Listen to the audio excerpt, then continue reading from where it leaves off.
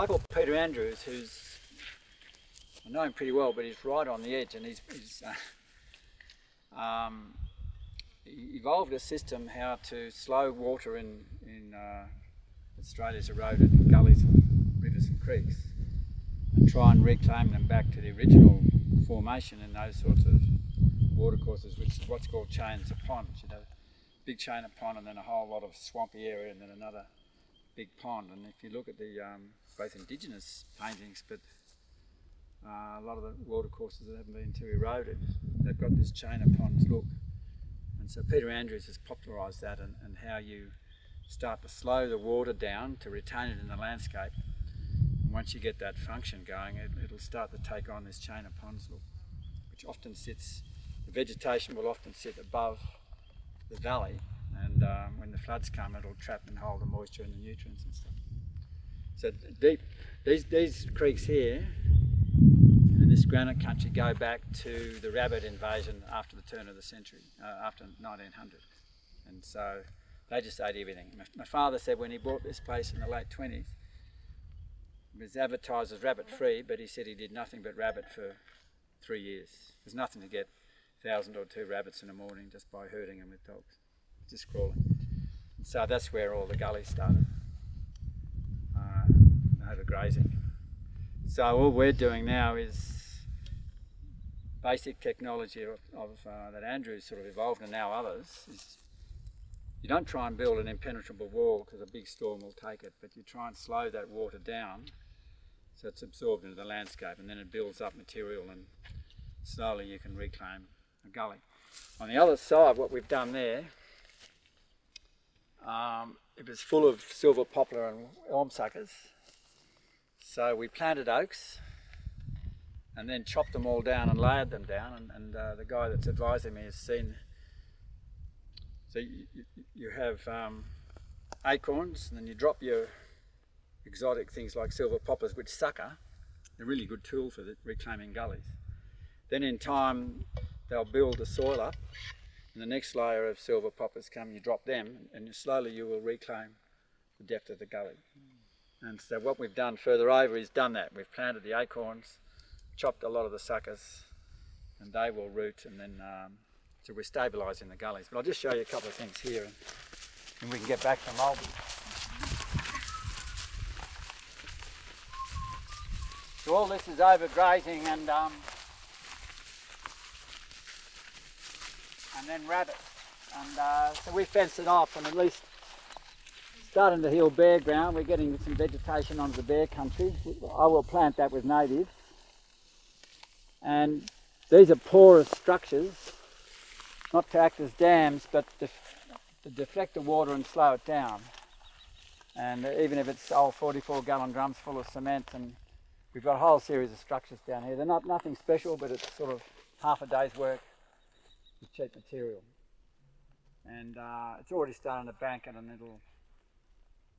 It's not sort of where a massive flood will come and sweep it away. So the leaky weirs come in all sorts of forms.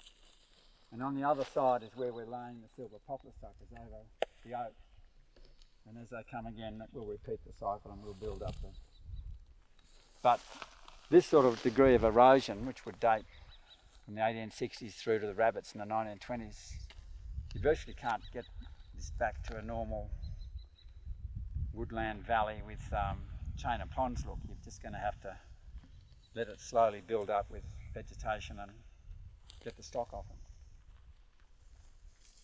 What have you got planted in here, Jan? That's just native grass that's starting to come. But I'm not a purist about it. Everything's got to be native.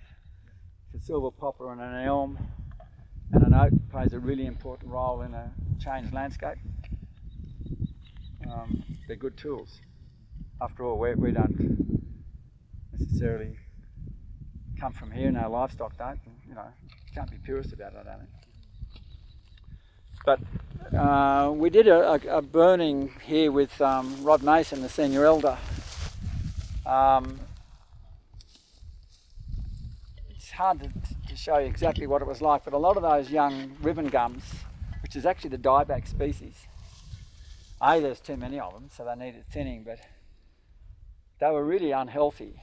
And what Rod did was do a couple of traditional burns here. This is a demo site.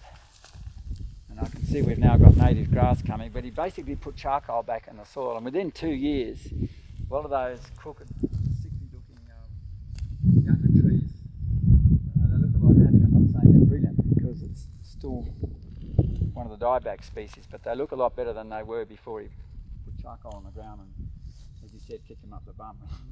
Wasn't scared to burn them up high and put charcoal around. Yeah. They look better than the other Viminalis on the Narrow. Yes, no, we're lucky. We've got a. It's pretty good. I'm finding that where the dieback's worst is where the landscape's been oversimplified. There's no control creatures for your Christmas beetles and all your other critters. So we don't tend to graze this country too much. And so we're keeping some function in here to, the pest controllers are the things like Christmas beetles and others that attack things. Have you guys done much monitoring of insect populations here? No, probably should have, but got enough to do elsewhere. All we can do is try and work on a big landscape, trying to get ground cover up and health and a bit of diversity. Honours project for some. Yeah, that's right. These sort of things are lovely native grass, Anthonia, white tops. We've got about 8 species, so they're slowly coming. Yeah, was the kangaroo grass around here? Yeah, we're going to go and look at some before you see if we can find any mulberries. In this paddock, further up, this was around the wool shed. That's an 1850s shed. This would have been flogged by sheep. The natives are only just slowly coming back now. The kangaroo grass, you get excited when you see it. There's a few, but none visible. But you'll see a patch in a minute. Anyone else want to use a bathroom or get some water, or you're right?